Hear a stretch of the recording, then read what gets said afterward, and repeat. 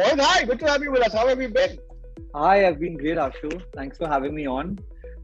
Mohit, I've been looking forward to this conversation. What you're doing at Malaki is something which is very close to my heart. I've had, as in my family, we've been into packaged drinking water, right? Okay. And beverages is something that we understand really well. We've been doing it for about a decade and a half. And, I think there is just so much more that you can do, right? The good part is that India as a market has expanded phenomenally, right? The way we are kind of experimenting with it is unseen. The newer products, the way they are kind of playing out in the market, the way consumers are going out and experimenting with all these products, right? Be it in the alcohol side of it, be it in the non-alcohol side of it. I think it's just so phenomenal, right? I think we're literally sort of seeing that surge in demand, surge in aspiration, right? Surge in that experimentation, right, which is just so much more interesting when it comes to food, right, and beverage as a category, right? So having you, Mohit, just makes this conversation so much more interesting at many levels.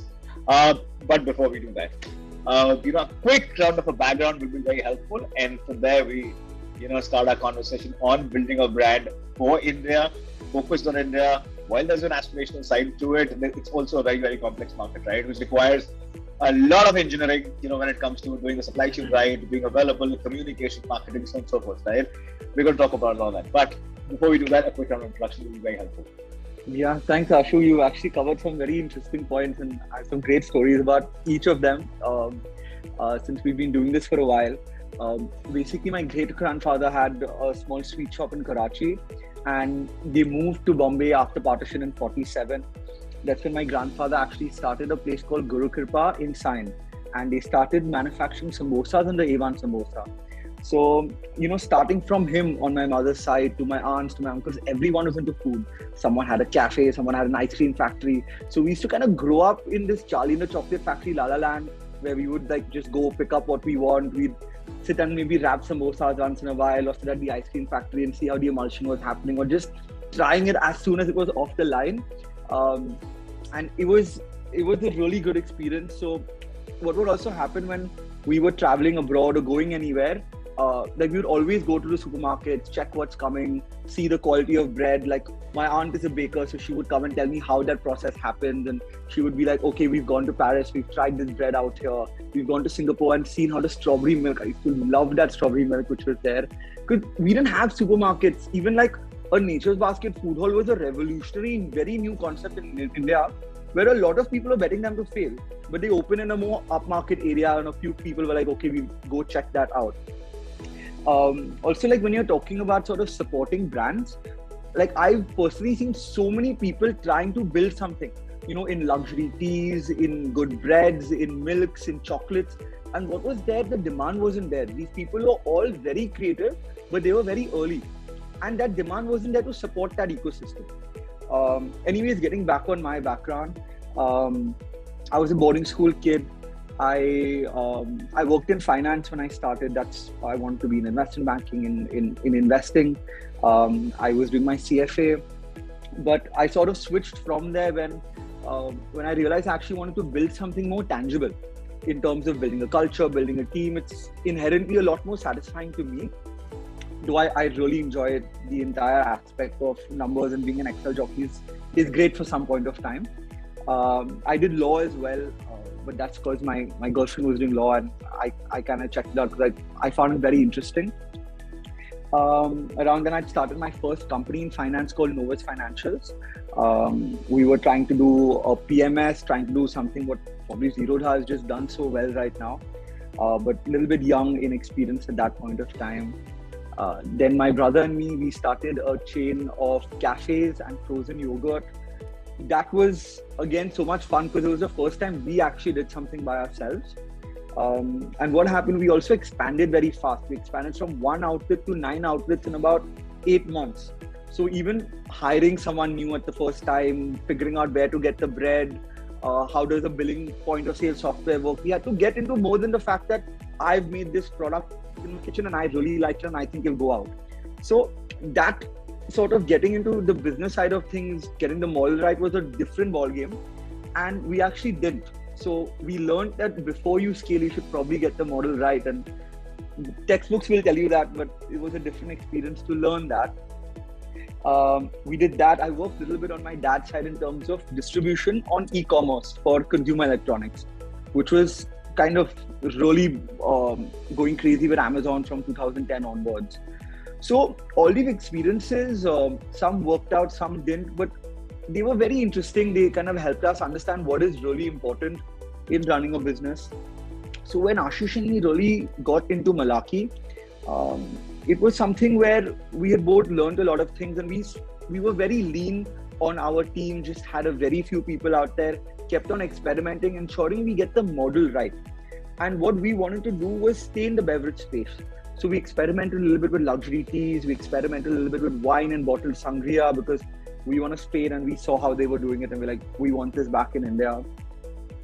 Things really came great for us when in 2018, when we launched a 24 karat gold water, and that was sort of a precursor to our launch for alkaline water, because we were seeing this entire functional beverage space really come up. Like we were reading data points about how sales of bottled water or healthy drinks have been exceeding and beating colas and sugary carbonated drinks for the first time in decades since data collection had started. And we saw that people were choosing drinks which were more healthier. They were wanting to sort of also what we now called a better for you category, which is a nicer way of just saying it. People were moving towards these new age drinks.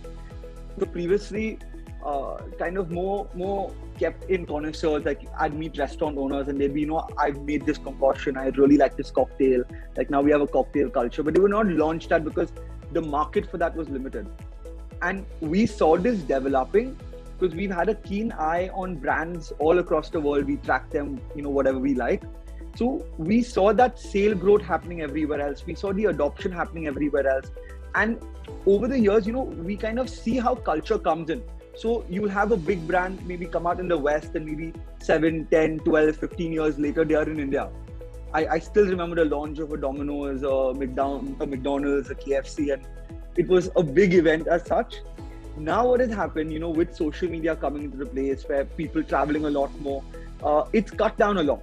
So a trend which would probably take 7 years is now in 3 years it's coming out here. Like if you look at with gin, like your average person on the road has access to the entire world via Instagram today. So the average person has a very different access to information. And now it's also reversed. It's not just the brands coming from abroad and setting up in India. It's Indians out here building their own brands and trying to see where they can take it, and in some cases even exporting that culture abroad. Right. So that's also because the domestic demand is now, we've always had all these entrepreneurs. It's not the fact that today we have all of these interesting brands coming up. We've always had them. Now I feel for the first time we have a very supportive atmosphere to sustain these brands. Now I remember when Breakfast Place came, the concept of having a breakfast place, everyone knew the Breakfast Club was this big hit as a place abroad, and in India it just wouldn't work. And then Suzette's came, and then it became a very interesting chain. And then now you have other companies which have come in and other restaurants which have opened their out. So we've seen that across sectors in F&B. So food is something which is now become so much more exciting, right? At many levels, right? Now, Mohit, thank you for doing that, right? I think a lot of perspective. I think some very critical points, right? Something that we're going to discuss through the course of this conversation. Now sales in the market maturity is something I would have ideally asked you at a later point in the conversation, right? But I think you just brought it to the fore, and it's just so much more pertinent at many levels, right? Mohit, when you look at the market, right? Now, when you look at a lot of these products, right? A lot of products that you, for example, do in Malaki, the challenge is these are very upmarket urban products, right? These are essentially products which are for, people who are exposed at a different level, right? And they're priced accordingly, right? Now that becomes a handicap for a country which is like India, right? Which operates at many levels. You have such cultural aspects to it, right? People are still, for example, struggling. So the penetration of RO purifiers, water purifiers, is still the lowest, right? We are amongst the lowest as far as that is concerned, right? So there is still a very large segment which is still struggling for very basic elements. And here there are these slightly more savvier, fancier products, right? For the more exposed. How difficult is it to build for a market like that, right? Now, the excitement comes from, what's happening around you. That could be a much smaller set. Or do you think that the other parts within India are also picking up? My sense is that what has happened after 2020, something that you alluded to in one of your points, is that because there is a lot more exposure and there's a lot more content on Instagram and so many other things, right? There's this inherent excitement which is coming, right? The newer generation aspirationally is there where they want to buy a lot of this, right? Which is a huge shift, right? So the dichotomy that existed in a physical and a digital setup is kind of gone away. We've become an information first economy, right? Which essentially means that the velocity of consumption is going to be higher. But like I said, right, the fundamental point continues to be that, we're still a very, very underserved economy. We're still an economy where, people are struggling very hard, working very hard to make the ends meet. Where does this put you, right? Is this going to be, an upmarket premium brand, or do you have an aspiration for it to be adopted across masses, which is a massive challenge in itself? What's your sense of that? I'd love to hear. So my sense of that, a lot of it is to do with timing. All right. I'm not maybe the biggest fan of trickle down economics, but definitely I'm also a big fan of innovation in the sense the way that today we have this urban, educated, aspirational customer, and they allow brands like us to survive. All right, for us to grow, for us to experiment. Like what we saw, Tesla's first car was a Roadster. All right, it was just super expensive out there. But you had these sort of loyal customers who would come in, who would buy their product, help the company survive, help the company figure out what they're doing, how they're doing it, help the company scale to a limit. Beyond that limit, the company will then maybe introduce a Model 3 and it will be able to access that pool of larger clientele. What is happening? This sort of innovation is not something you're going to get around established companies. Larger companies, if you see even a company like Coke and Pepsi, they're used to buying companies. They don't really innovate on products, not in the last maybe 3 or 4 decades at least, because they are built for efficiency. They're built so you can get a 6 rupee Coca-Cola at some place in the village and the average person can consume that. What happens is when we are starting these things out, all right, the fact that we have a loyal base in tier 1 cities helps us establish ourselves. Beyond that, when we have to grow and we have to grow tier 2 cities, the good part is now, as you said, because of social media, because of internet penetration, we've almost skipped, like how you say, skipping the landline, going straight to a mobile. We've done that in so many ways in terms of taste and preferences which are there. So now that we've established ourselves, we've got multiple manufacturing units, we have economies of scale, we've understood how the market works, we've penetrated in retail, in Horeca, in D2C channels, which also now what is happening, are able to give the consumers more direct prices because we have less middlemen. So the combination of that technology, of that awareness, and also having these brands sustain their initial phases. So on that second phase, when we're ramping up, and I'm talking not just about me, I'm talking about brands in the entire space, they will be able to target that price customer and give them the product what they want at a price which they can afford. And what the people right now are doing is they are allowing that innovation to sustain. They're allowing brands to reach that critical mass. Because from day one, I cannot go and be selling in a place in UP and giving it at a competitive price point. It's not possible for me today. But 5 years later, when our generation comes up with the brands of tomorrow and they're all going to be built today in this 5-year period out here, is we will be able to service that customer. Then of course, you'll have players who want to focus on a premium, focus on a luxury, focus on just the mass. We look at ourselves kind of going mass premium, where we, ultimately we're doing a product which is right now a niche, but a very growing, expanding niche. We expect that niche to develop into a full-blown market, and we want to service the entire full stack layer of that market. Interesting. Well, we're going to talk a little about that, right? Now, when I look at the product catalog, right? One you're focused on beverage, right? Now, that's beverages is in itself, for some reason we've, as a market, right, not necessarily been a very appreciative market when it comes to beverages, right? I think that's number one. Number two is you're not doing one product, right? You have a much larger catalog, right?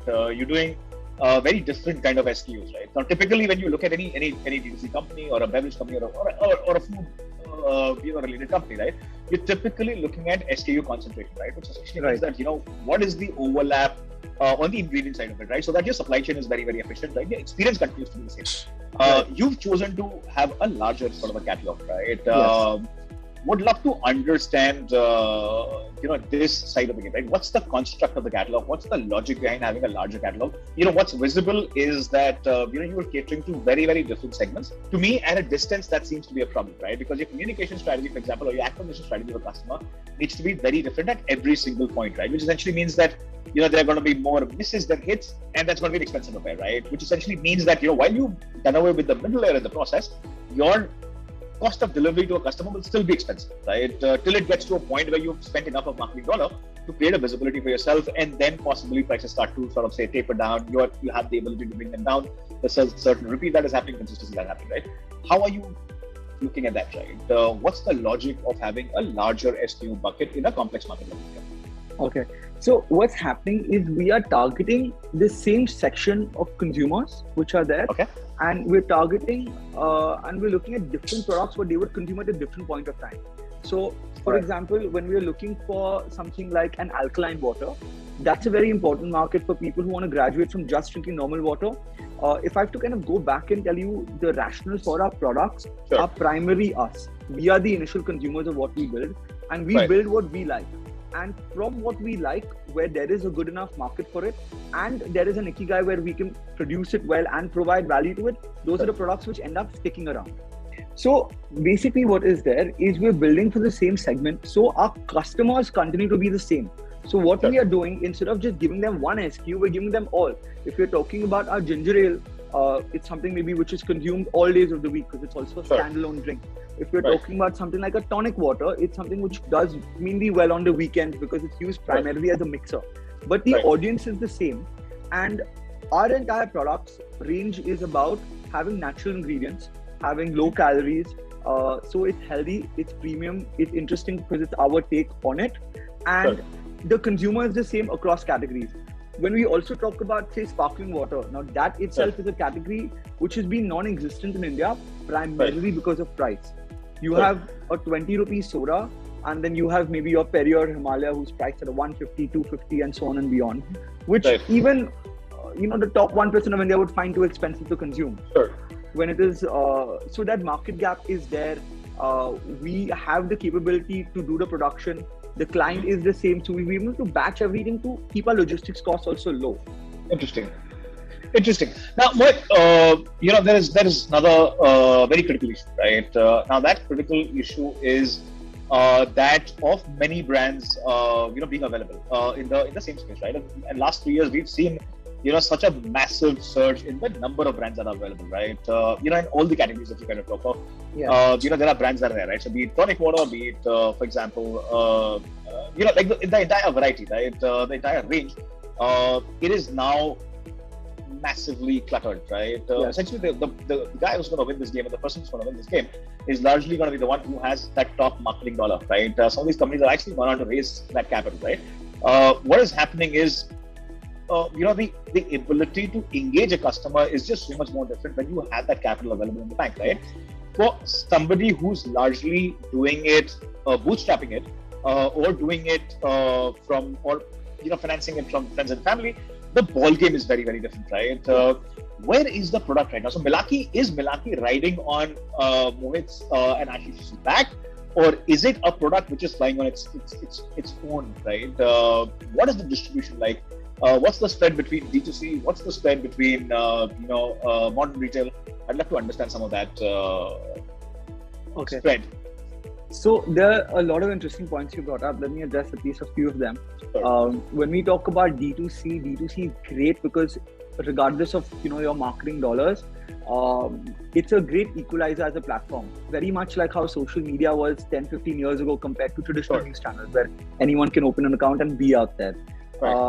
So we like that. It cuts out the middleman, which allows us to price the product directly to the customer, pass on those discounts what we normally would. At the same time, is your feedback. The thing in food is quality is very important, because if you want to be someone who's going to have consistent repeat purchases, you need to have that consistency in quality. Also, since the market is changing very fast, you need to be able to adopt and adapt to those changes in taste. With us, we are very, very bullish on quick commerce.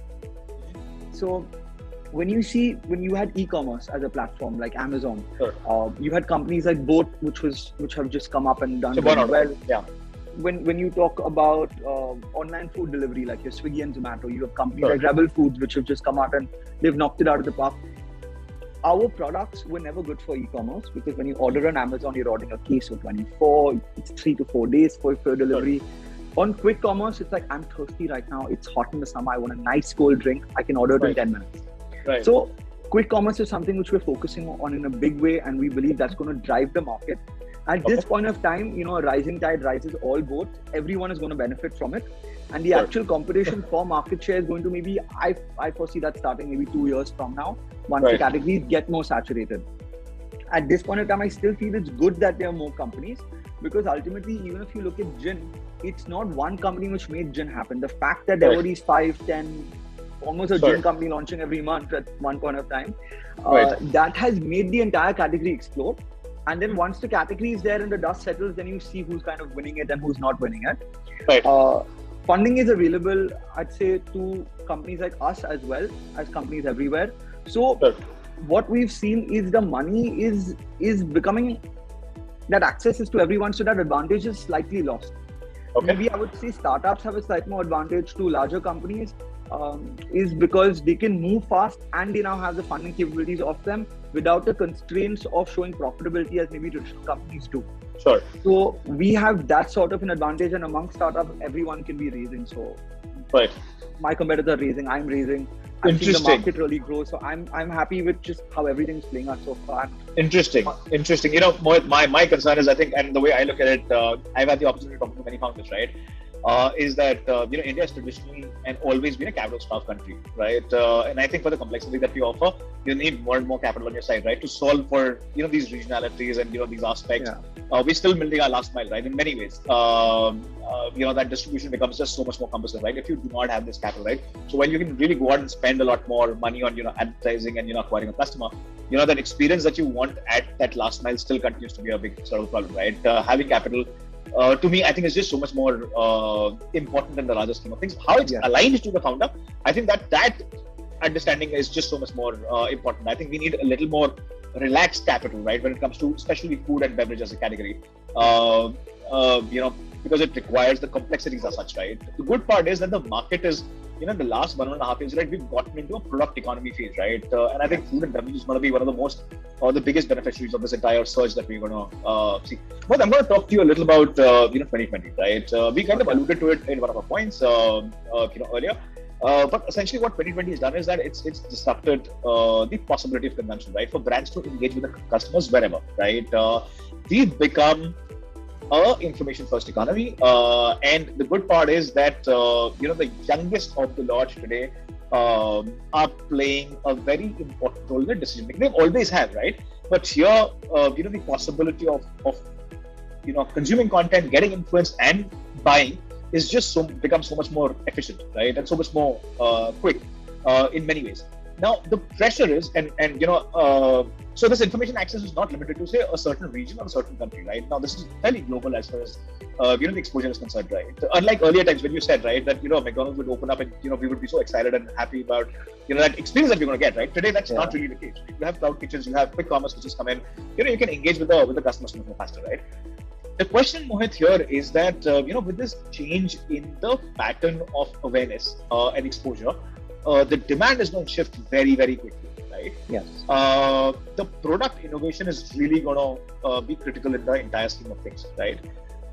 For anybody, be it a traditional company, be it a world brand, what's your sense of it, right? If you want to tackle this market going forward, right, what does it becomes important to be far more agile, less on weight, which would mean that you're not really having that that back end of manufacturing, you possibly have third-party distributors, or do you think that stands as a very significant advantage because it just gives you so much more scope to go out and experiment on many things, right?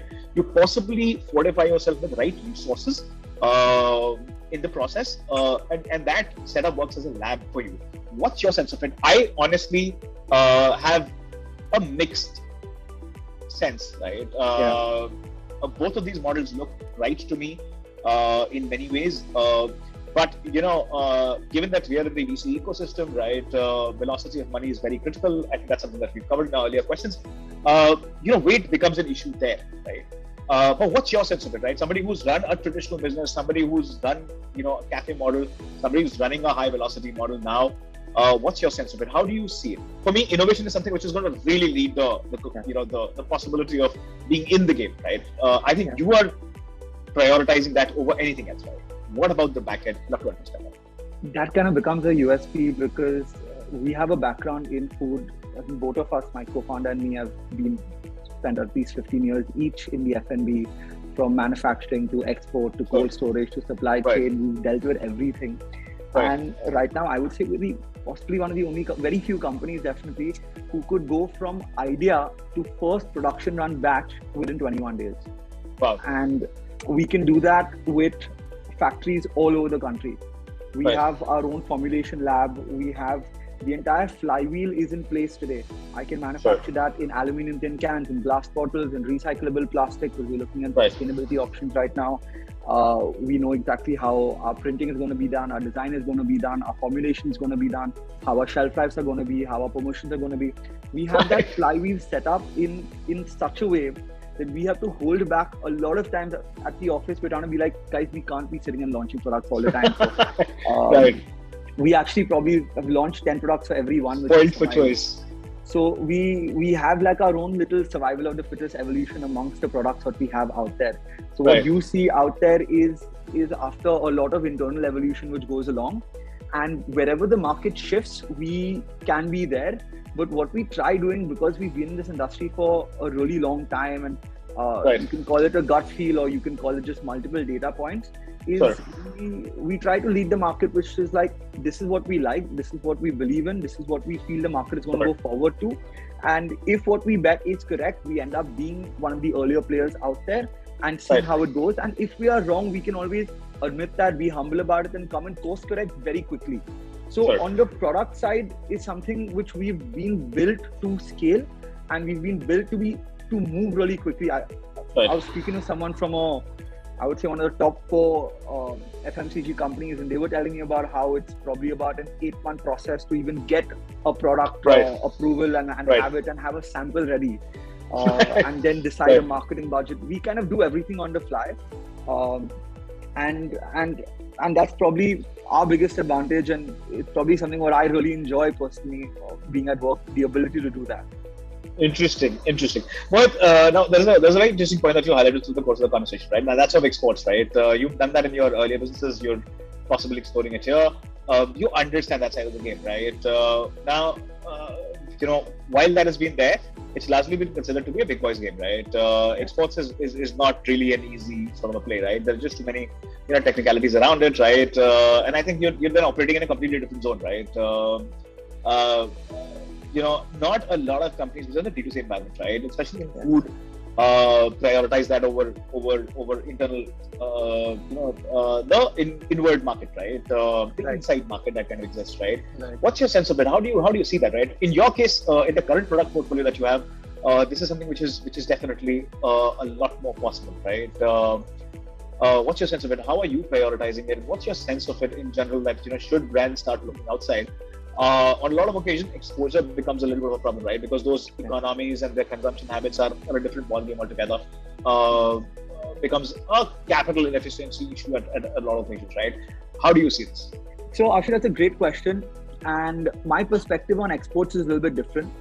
Sure. So, I like being part of the export circle primarily because it's a completely different game with different brands. You're dealing with brands from Russia, from South America, from Africa. It's the sort of exposure what you get there, and I don't mean as a company, I mean as from a creative standpoint, from a product standpoint, you're really in touch with what is moving everywhere.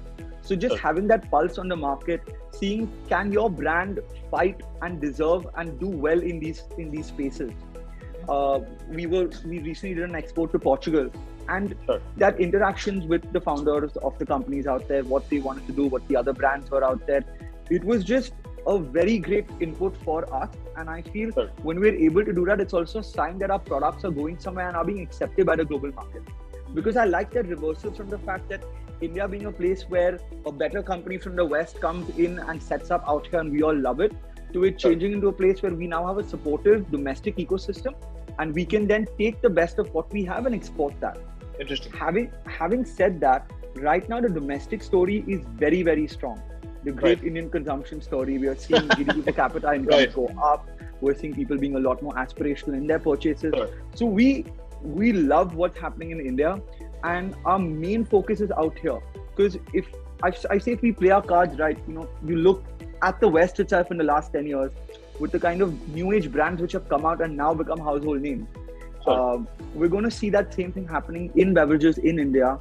And our aim is to count ourselves as one of them in the next 5 years. Interesting. Boy, one other thing that has become so much more important, right, is the power of community, right? And that's largely because, there's a lot of dollar which is now being poured into essentially the same ecosystem, right? And the CACs are going through the roof, right?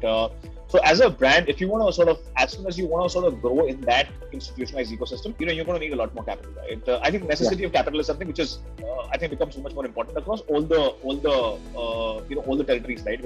For all the subsets, right? Within running, an F&B business, right?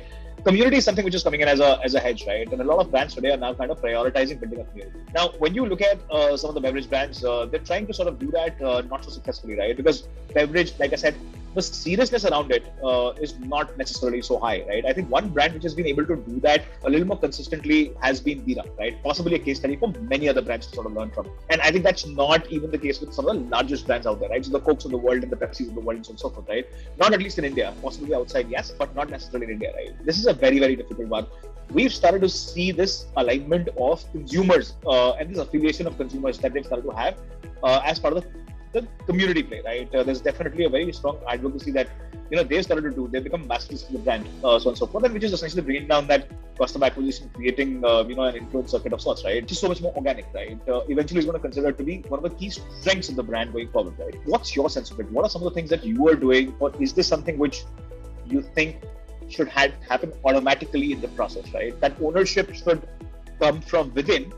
Instead of it being, calibrated, institutionalized by the brand owners or the promoters. What's your sense of it? How do you look at it? So, I'm usually not a big fan of buzzwords per se, but one of my favorite ones recently has been be authentic. And we've seen that over the past couple of years apply firstly to individuals to be like, be yourself out there, have acceptance. We went through that with mental health. And the other thing, finally, now we've gone to brands where we just want brands to be themselves. And we don't need a suit and a tie at the office. We can laugh, we can be human, we can be ourselves. And the whole point of that is when they say authentic brands are more successful, you can't ask, how do I be more authentic? Right? You can't be, how do I match a strategy which is there? The ownership of a community has to be in hands of the community at any point of time. Interesting. I just believe that we can start to support ourselves, showing ourselves a little bit more. And social media can then become a tool not just for individuals, but also for companies. We can show us having dogs over at our office on Saturday because that's the day it is. We can show us having the events, what we do, or how we plan everything behind, instead of just seeing a curated, perfect experience. We can show ourselves being flawed. And then the rest we leave onto us. Like, I go on YouTube and type Malaki, and there are a couple of people who've made these incredibly funny videos which have raked up millions of views, and nothing. They took our gold water and they gave it to different sections of society in remote states out there. They did some mixes with our coffee tonics, and there's nothing which I could have done to really create that. All I could do is try to support that ecosystem by being by being an open company, by allowing it to happen. And those aren't really difficult things to do. It also helps that the fact that in our team, all of us are so connected and understand what we are trying to build. We can just communicate that, and then we let the community build around it. Like, if someone likes bar culture and cocktail culture, now he has brands where he can pick stuff up from. Now, if we do an event with a bartender, he gets to engage with us, and then they can take it forward from there. So that is my look on community. I like it being organic. I like to see what we can do to support it, so we can add a multiplier effect to it. You have a role of being an evangelist, right? And let it flourish in itself. I think that's a phenomenal takeaway, Mohit. I find that to be a little challenging, right? I think beyond a certain point, but I think that's a good highlight of the conversation, right? I think we're going to save some of this for our next conversation, right? As you cross some of your milestones that you've set for yourself, we're towards the end of our conversation, and I think it's becoming cliched, right? But I think it's an important question. What are the next 2.5 years like? We are one dynamic market right now, and I think food has seen a phenomenal surge, especially in the last 2.5 years, right? Ever since the work from home culture came in, right, and people become so much more experimental. Food is something that has become the natural sort of a go-to, right? That's the first thing that they want to tackle, right? The creative expression of sorts. It's kind of become very interesting to look at. what are the next 2.5 years like? People experimenting with gins, people experimenting with variety of beverages, right? Must be an exciting phase for you. What are the milestones that you've set for yourself? The next 2 years are going to be so much fun. We've just started with quick commerce. Your companies like your Zepto and Instamart are just infants right now. We're in the infancy of this, and we've seen that happen, as I mentioned, with e-commerce and with online food delivery. I feel Q-commerce is going to unlock beverages. The other thing is Horeca is a big market for us. We love it because we get to interact with people who are owning foods and bars and cafes, and it's primarily very passionate people around there who help our product get better. So we've got a really good model in place right now. We've got a good product strategy in place. For us, is the next thing is how do we take this pan-India? How do we increase our penetration? How do we go to all our tier 1 cities? How do we expand them to a tier 2 city out there? How do we engage with more customers, with more people in the community, and how that shapes up? Because even these communities, there were subcultures which are now kind of gaining critical mass out there. So the next 2 years for us is market expansion and penetration within the country. We've grown our volume substantially. We're looking for another 6 to 10x growth this year, again as we did last year. So we are looking to add more people out here, looking to have some more fun things.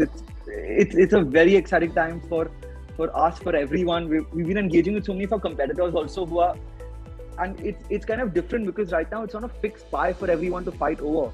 Everyone is just seeing this kind of balloon up, and we're just like, where can this go, and how can we all be part of it? So I'm just really excited to see how it goes. Super. And we're launching in Pune and Goa this month actually. So that's again a completely different set of customers. How we're going to handle that operationally from a business point of view. And every market we get in just gives us so much more feedback on the product side as well. So that we're actually primary product people. So we really love the option to experiment and have fun with it, and just having more people try it, getting more feedback, putting it out there, being able to scale up is giving us a lot of opportunities, which we're really enjoying to see where we can take it. Awesome. Mohit, last question. Again, a little run of the mill, but I think very, very important, right? I think every founder has a very unique journey, right? They have a very unique set of experiences, right? You've been through many businesses, right? And I think I like the way you kind of take it, which is, that everything essentially is a learning, right? In the process, and it improves you as an individual to get to the other thing, right? If you were to pass on one learning to many founders who are out there, especially in the D2C category, right? Because it's becoming very, very lonely. It's becoming a cluttered market, right? Differentiation is a very difficult one. Everybody has a narrative to tell, but as a founder, when you get closer to the situation, it just becomes so much more difficult, right? Because of the noise that is around there, right? What's your suggestion? That one suggestion that you have for many of these founders out there, right? Something that has worked for you, something that or not worked for you, right? It's been a learning in the process that you want to share with many of these founders who are going to be listening. Stay in the game and survive. Something will come to you. I've heard this so many times when we were just trying to survive, and we've had businesses which have failed, and we've had times where we've had to fire people or we've had to shut down companies, and it's not been fun. And all of us have sat there watching a video and trying to learn from people who've done it before or who are in a better place. But I just feel stay in the game, survive. That's it. You will get there somewhere. As you said, every failure is a chance to learn, and so keep having them. As long as you're in the game, things will happen. India is a great country. We're at the cusp of a golden era. We've always heard that growing up. So survive. It's here now. The game, and something will happen. Just wait for it. Super. Mohit, you'll be surprised, right? I think, I always used to wonder, right? Where does keep walking come from, right? Which is Johnny Walker's the classical line, right?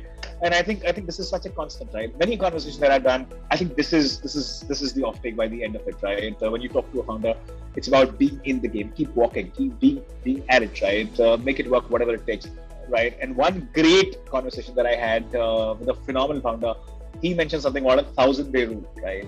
That stick to it for 1,000 days. it will work out, right? There are moments when you need to get mechanical about things and not necessarily get emotional about it. Markets are not constant. India is a complicated market that you're building for. You will not get very clear indicators. You just have to become very, very micro on many occasions, right? And mechanical at the same time. But it's been an absolutely spectacular conversation. Thank you so much for doing this. I look forward to having you with us much sooner. Of course, this was more macro in nature as a conversation about what you're doing at Malaki. I'd love to break it down at a product level in terms of what you're doing, because there's some very interesting products that you have in your pocket, right? India is a market which is maturing.